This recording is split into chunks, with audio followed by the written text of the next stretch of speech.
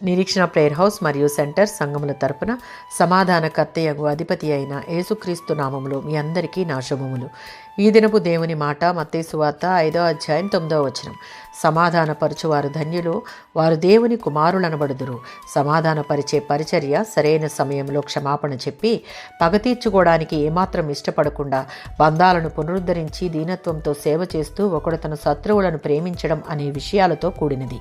సమాధానపరచువారు దేవుని కుమారులనబడుదురు అనే వాగ్దానం అధికారికంగా యేసు శిష్యులైన వారు సమాధానపరిచే పరిచర్యను స్వీకరించి దేవునిని అనుకరించేవారుగా మారడం అని అర్థం కావచ్చు. అలా అంతిమ తీర్పులో వారు దేవుని కుమారులు కుమార్తెలుగా స్వీకరించబడతారు. శాంతి సమాధానాలు లేకపోవడానికి నిజమైన కారణం పాపం. దానికి నిజమైన నివారణ క్రీస్తు యొక్క శుభవార్త. అలాగే సమాధానం చేకూర్చే వారికి ఇంతకుముందు చెప్పిన ధన్యతల్లోని లక్షణాలు కూడా ఉండాలి. ఇలాంటి లక్షణాలు ఉంటేనే వారు సత్యం, న్యాయం, నమ్మకం కోసం గట్టిగా నిలబడతారు. 2 కొరింథీయులకు రాసిన పత్రిక 5వ అధ్యాయం 18 నుంచి 21 వచనాలలో తనతో సమాధాన పరుచుకొనుట అనేది క్రీస్తు యొక్క విమోచన పరిచర్యలో ఒక కోణం. పాపిని దేవునితో సహవాసానికి పునరుద్ధరించడం అని దాని భావం.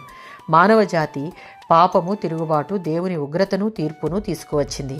క్రీస్తు ప్రాయశ్చిత్త మరణం మూలంగా దేవుడు పాపమనే ఆటంకాన్ని తొలగించి పాపి దేవుణ్ణి చేరే మార్గాన్ని తెరిచింది. ప్రతి వ్యక్తి చూపిన వ్యక్తిగత పరితాపం క్రీస్తులో విశ్వాసం మూలంగా ఈ సమాధాన పరిచర్య అప్పగించబడింది.